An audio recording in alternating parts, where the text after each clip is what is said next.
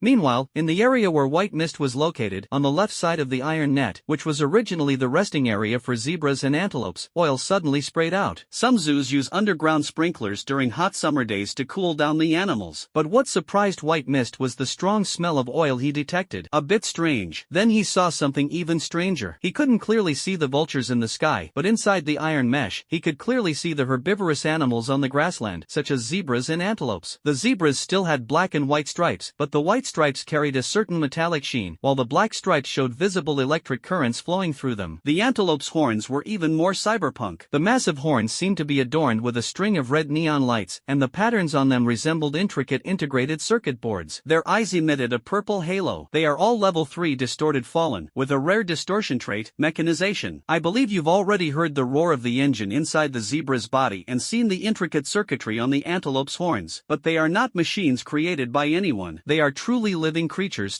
Now Kevin understands what mechanization is. Unlike the depraved mutations of humans, these animals seem to have become half-living, half-mechanical beings. The blue zones are areas more bizarre and twisted than the white zones, and Kevin has come to understand them somewhat. There is some mysterious force outside the tower causing human mutations. He had always thought it was some kind of illumination, leading to genetic mutations, but now it seems that I had oversimplified the world outside the tower. If what the note says is true, it means that the concept of corruption is far more complex than I imagined. The mechanized zebras and antelopes did not notice the White Mist. The White Mist stood in the middle of the road, quietly observing. This is the first time I've encountered a mechanized fallen. Then, the information about mechanization is most likely in this area. Everything I discovered about the fallen in the 9th hospital has been completely overturned. Those doctors definitely didn't expect that the process of falling is not limited to genetic mutations. Finding the information inside might help me understand the essence of the fallen better. A strong desire to explore made Kevin a little restless. But I'm just here to level up while idle. Hold it in, hold it in, hold it in. This is like a tech geek suddenly seeing a string of mysterious code, unable to hide the excitement within. After taking 3 deep breaths, the White Mist suppressed the inner desire and decided to continue searching for a safe hiding spot. No matter how terrifying the negative attributes every 4 hours are, as long as the place is concealed, theoretically, the emotionless self can idle safely. This is a natural upgrade advantage. The winding road seemed endless, but fortunately, the terrain in this scenic area was steep. After walking for about 20 minutes, Kevin discovered a cable car. It descends from a high point to a lower one. A device from 700 years ago, which, due to the mysterious forces of the world outside the tower, still has no quality issues. Although Kevin couldn't use the cable car to ascend, he thought that the more he saw, the harder it might be to suppress his inner desire for exploration, so he hid inside the cable car. The next step is to just idle and let things progress. At the very least, refresh your survival record, break through to the 2nd tier, and experience the mysterious sensation described by Wangshur during the advancement. Kevin's plan was well thought out, and indeed, no fallen would bother to check this cable car that had been searched countless times over the past 700 years. To keep the livestream from being too dull, he removed the handcuffs and placed them in his spatial backpack as he stepped into the cable car. The live broadcast was thus terminated. This made the viewers who had witnessed the Metalwind's corruption Kevin very displeased, urging Constantine to start streaming again. White Mist had no intention of streaming himself just sitting idly, that would be too uninteresting. Only 4 hours later, he started streaming again. He looked confused, though the mask covered his face, so the audience couldn't see. Negative status, war craving. If not in combat, a random negative attribute is acquired every 12 minutes. This is practically like a super backlash after 2 lucky experiences, first arriving in a super dangerous area with over 700 corrupted entities, and then, he couldn't go idle. According to this description, if he's not being hunted by corrupted entities or engaged in combat with them, the negative attribute that occurs every 4 hours would turn into once every 12 minutes. Shorty had over 100 negative attributes back then, yet he never drew Warlust. How come I hit the jackpot in one go? White Mist stood up. This starting point is truly a hellish beginning, either in a non-combat state or without the Fallen actively searching and hunting him. This means that every 12 minutes, he must attract the attention of a Fallen. However, Kevin was not too upset. Just like the first time he was sent outside the tower by the gambling house, the more challenging the environment, the more excited he became. This can't be blamed on me for being reckless. It's heaven forcing me to explore. White Mist looked around and began using the positioning method of Prayer's Eye. If you stare into the darkness, these eyes won't provide any answers, which also means, if blinded or temporarily unable to see, the ability cannot be used. But as long as vision remains, even when gazing into the void or at obstacles, notes may sometimes provide some information. However, how to analyze the truly useful parts from this information depends on the skill of the eye's owner. White Mist looked towards the north. To the north lies the grassland where herbivorous animals survive. When passing through security, the detector kept beeping. The security lady asked me to take out all my belongings for inspection, but it still kept beeping. Then she asked me what I do, and I said I'm a herbivore from Baichuan City Zoo. She said, wow, no wonder it detected metal substances. Good morning, scrap iron. On this path, the corrupted beings you encounter won't actively attack you. They may crave oil, but they don't crave blood. White Mist hesitated for a moment. If you head straight north, cross the iron fence, and enter the herbivore survival area. However, the notes don't mention whether this area contains useful information. Besides, this path is relatively safe. I don't feel fear, and they won't actively attack me. He didn't make a decision and looked westward again. If you follow this road back, you'll reach the outskirts of the zoo, which is a park divided into 2 parts, an amusement park and a haunted house. These areas are even more distorted than the zoo. With your current abilities, it's too early to challenge them. Or you could give it a try, who knows, if you die, maybe you'll get to cross over again? The zoo is a stand-alone area. If you head back and bypass those 3 ostriches, you might enter the true purple zone? This direction is too dangerous. It seems to be a wrong answer. White Mist looked toward the east. There is a hole in the southern iron net, causing the iron fools inside to escape. They have occupied half of the resting outposts along the road. In contrast, White Mist looked toward the south. If the scrap metal behind you is iron waste, then inside here are iron fools. Although they are foolish, they are very powerful. Mechanization cannot be generalized. Their energy reactors can absorb oil as well as flesh and blood.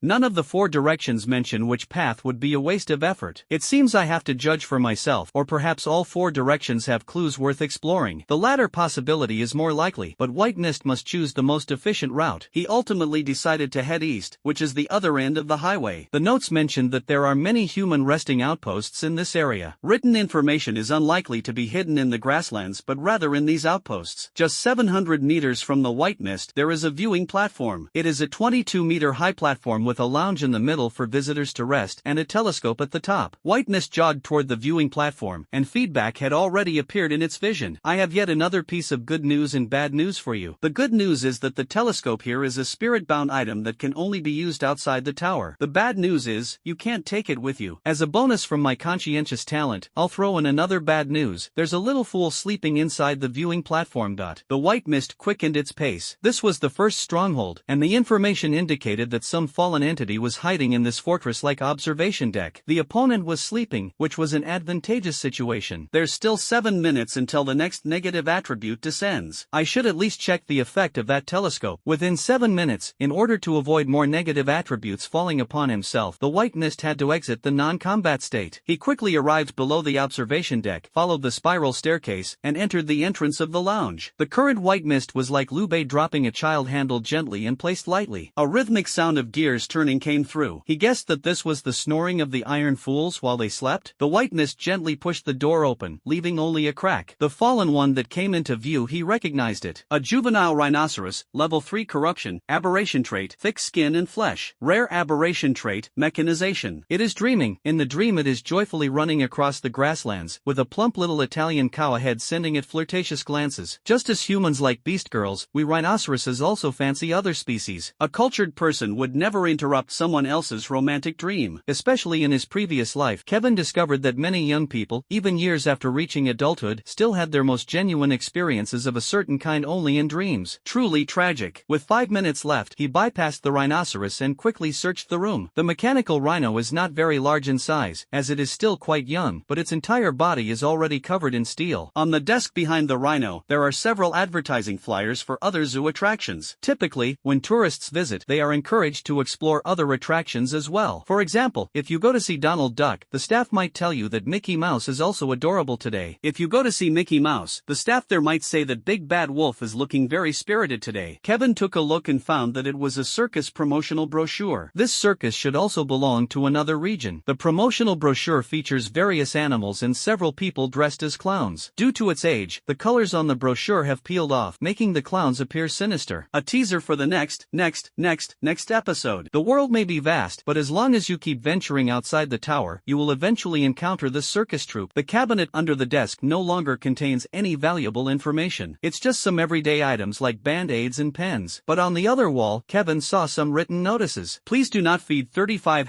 #diesel and ethanol gasoline. This sentence is from 2022. The sentence seemed a bit nonsensical, but considering the current state of the zoo, Kevin suddenly understood. Starting in 2024, it should be the most chaotic time in human history before the arrival of the Tower era, but various anomalies had already begun in the preceding years. In 2022, the animals in the zoo became mechanized, and what could be fed to them was no longer food, but various oils and liquids. Absurdly, according to the report from the 9th Hospital, numerous corrupted beings have already started appearing on the outskirts of the city, yet there are still people within the city leisurely visiting the zoo. But thinking about it, it makes sense. The wolf here looks like Metal Garuramon, and the gorilla here resembles the gorilla general from Beast Wars. No boy could resist such temptation. The rhino's snoring remained steady and loud. There were still 4 minutes until the next negative attribute descended, and the white mist descended to the rooftop. The telescope in the observation area was a spirit-bound item, and he was quite curious about what clues this object could provide. White Mist's eyes lit up. The notes were simple and clear. Prayers I could provide information on all aspects, but the problem was, most of the time, the information given by the eye was random. However, this telescope would only provide one piece of information, the weakness of the observed object. White Mist adjusted the angle of the telescope and found that it indeed couldn't be taken away.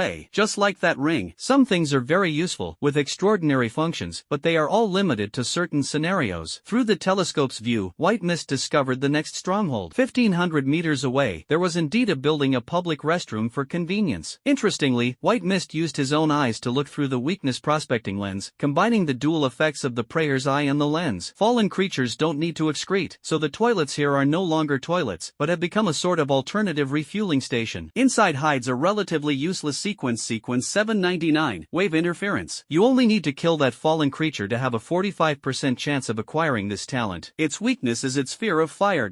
Interesting, a fire-fearing oil-based creature? From the notes in the recent close encounter, White Mist believed that although these creatures had become mechanical due to their fallen transformation, but they still retain the habits of animals, or rather, living creatures. Just like the rhino sleeping downstairs, the White Mist looked around various places, and the telescope revealed some weaknesses of the creatures, but these creatures were not on the path he was heading toward. He felt a bit regretful. Such a useful tool could only be used this once. 3 minutes remain. With the companion power of First Order 9th stage, it is enough to run 1,500 meters and engage in combat with that fire-fearing fallen within 3 minutes. However, the White Mist still did something that could provoke the wrath of heaven and earth. He stomped his foot directly, leaped over the railing of the observation deck, and jumped down. This forceful stomp created a loud noise, which, even though the fallen's normal 5 senses were significantly dulled, still startled it awake. The little rhino was enjoying the happiness of the Minotaur together with Mrs. Cow, but suddenly woke up from the dream. An enraged rhino spares no one, regardless of age. If it were a normal viewing platform, it would have definitely collapsed under the rhino's charge. However, certain structures in the world outside the tower are difficult to destroy. Using this rule, the White Mist had enough time to escape. He certainly didn't think he could outrun a level 3 mutated fallen. The enraged fallen rhino kept charging furiously but never managed to leave the viewing platform. After exiting the non-combat state, the countdown in Kevin's mind also stopped. It wasn't until he had put some distance between himself and the rhino that he re-entered the non-combat state. The countdown in his mind began ticking again from 12 minutes. Only a dozen meters away from this gas station-like restroom, Kevin hid in a corner. The corrupted being hiding in the restroom revealed a tail. It is both a tail and a body. Hidden in this stronghold is a mechanical snake. But looking at those highly technological scales, Kevin couldn't help but feel the urge to collect it as a figurine. Level 4 mutated fallen, aberration traits, corrosion, mechanical interference. Rare aberration trait, mechanization. An Amazonian anaconda, but now it looks no different from a steel Seadraman. Oil-loving, yet afraid of fire. Talent sequence 799 is wave interference, which seems to correspond to the aberration trait of mechanical interference. White Mist remembers that the talent sequence periodic table provides quite a detailed description of this sequence. The moment the sequence is activated, it can cause non-destructive interference to most mechanical devices. In short, monitors can't capture it, eavesdropping devices can't hear it, and any mechanical item has a certain probability of malfunctioning. Outside the tower, this ability is almost useless, yet White Mist is determined to obtain it. With this, my identity as Constantine will be better concealed, and when I head to the third layer, I can avoid a lot of surveillance. I must get it. On one side is a level 4 corrupted being as fierce as a steel sea dragon beast, and on the other is a rookie who has only ventured outside the tower 4 times. Although I know this forest anaconda fears fire, to use the oil in the base, I would have to approach the base and the anaconda. If it really ignites, I wouldn't be able to escape. A bit troublesome. How can I set it on fire and burn it to death while retreating unscathed? A distance of 14 meters, Kevin could even hear the sound of the anaconda flicking its tongue in the stronghold, a sound with a much higher frequency than that of a normal snake. After pondering for about a minute, Kevin was certain that unless he possessed third-tier speed, there was no way to accomplish this. This is an oil depot. The opponent fears fire, which has instead limited my thinking, making me constantly consider how to ignite the oil depot. In fact, I should have a better solution. Without further thought, Kevin silently left the place. He continued searching for a new stronghold, and the next one was only 2,200 meters away. It was an outdoor restaurant. When the countdown for the negative attribute was only 2 minutes and 20 seconds, the White Mist arrived at this restaurant. 2 stories high, it could be considered a viewing area where people could drink, eat, and enjoy the scenery of the vast grasslands. The former zoo was surrounded by iron fences, which made it relatively safe. Now, a gap had been torn in the iron fence, allowing many animals to escape, and this place had become part of their territory. On the first level, the White Mist encountered a feline creature taking a nap. Judging by its thick mane, it was a mechanical lion. Its entire body seemed to be encased in some unknown alloy, with claws emitting a blue glow, resembling laser blades that could effortlessly slice through the mechanized corrupted bodies. However, like other creatures, it wasn't entirely covered in machinery. Part of its body retained biological features, and for this lion, it was its mane. It still resembled the lions of old. Level 5 mutated corrupted, rare aberration traits, mechanization, metal nemesis, paralyzing roar. Amount every man dreams of having riding a mechanical giant lion through the streets. Probably only someone piloting a Gundam could rival you.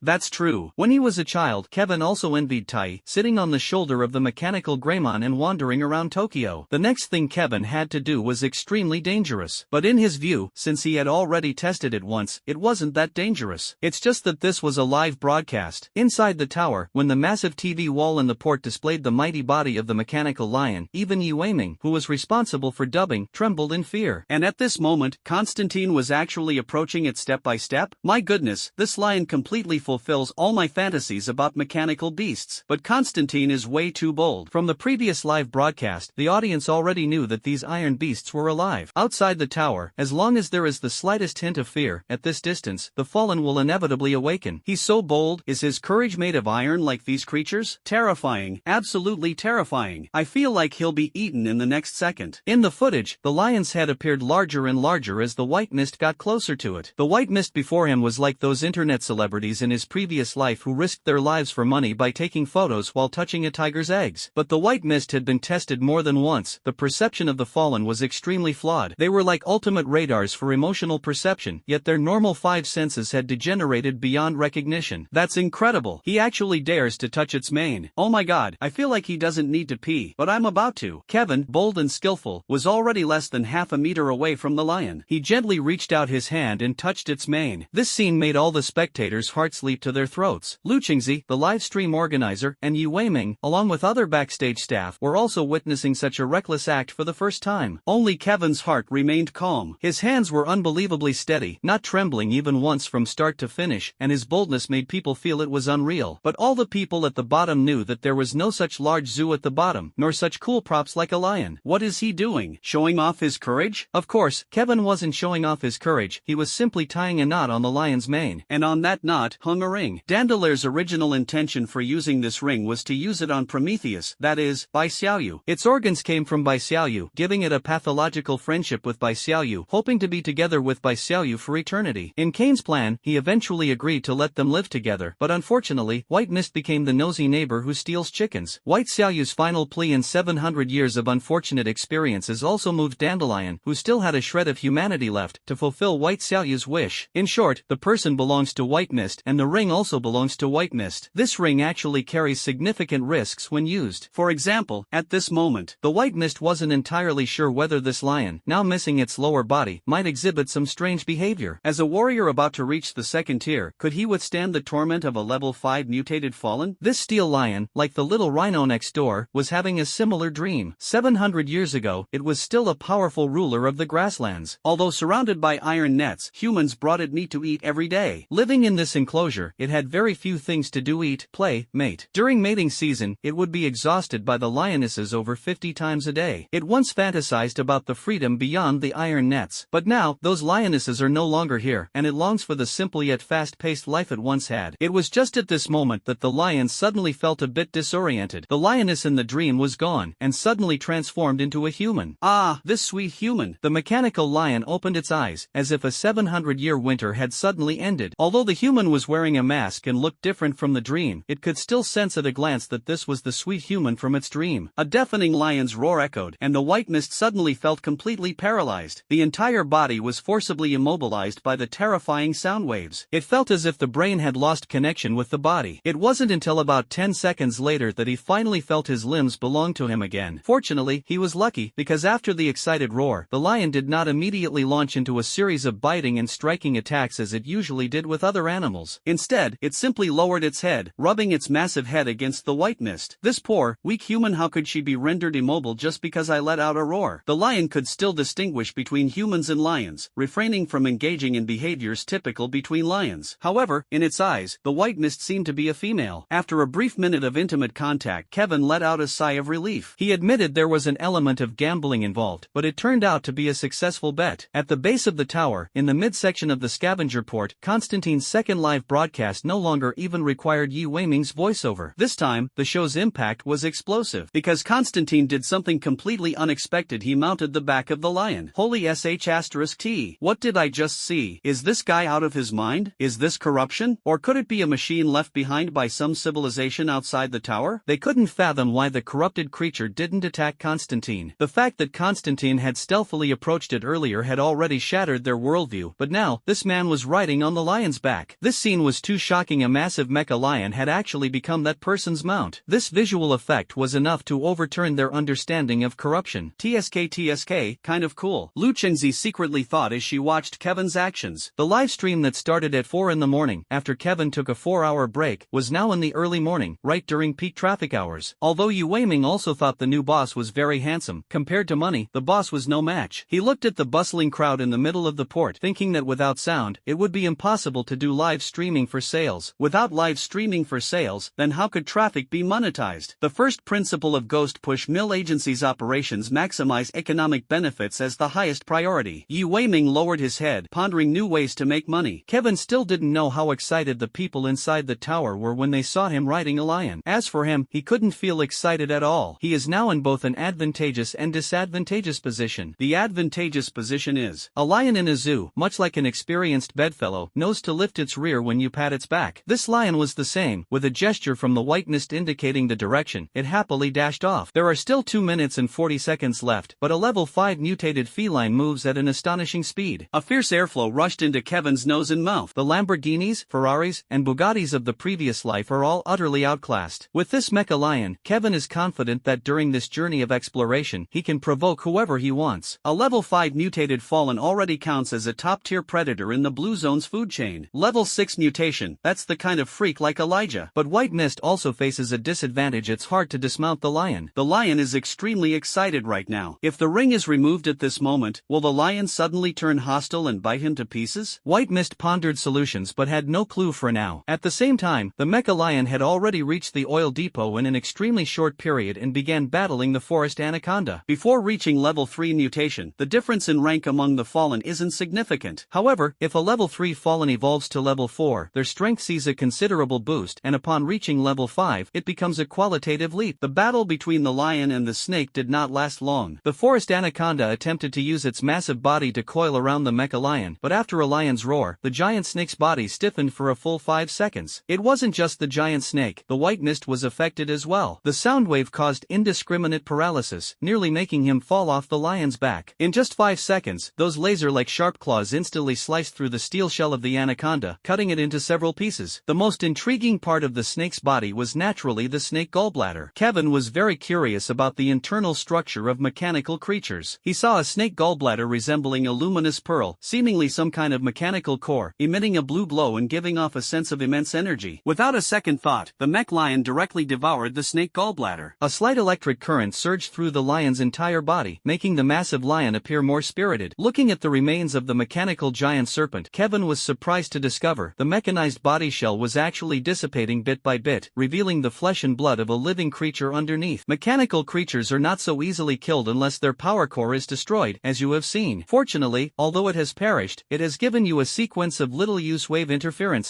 Just like when Elijah was killed back then. Speaking of which, Elijah died at his hands, which was equivalent to dying at the hands of the fallen. The giant snake died at the hands of the lion, and also succumbed to corruption. But in the end, the judgment fell upon oneself. It seems that the rules outside the tower are not merely encouraging people to use force to kill the corrupted. Using a borrowed knife to kill, driving a tiger to swallow a wolf, all count as effective kills. The 12-minute countdown restarted. Kevin climbed down from the lion's broad and sturdy back, deciding to check out this restroom. This zoo was too vast. To find the doomsday puzzle fragments and records of mechanized corruption, he couldn't overlook any potential location. It has already become the toilet of the oil depot, naturally without any stench. The entire zoo seems to have undergone a great transformation, not only in terms of creatures but also the environment. The rules of the world outside the tower, the White Mist also believes, are far from being as simple as imagined. This apocalyptic catastrophe feels like the rules of the world have shifted. The restroom usually doesn't leave anything behind, but on the inside of the restroom door, Kevin did find some information. That dog. I've said before that there's something wrong with that dog, but why won't they listen to me? We should have dealt with that dog earlier. It's back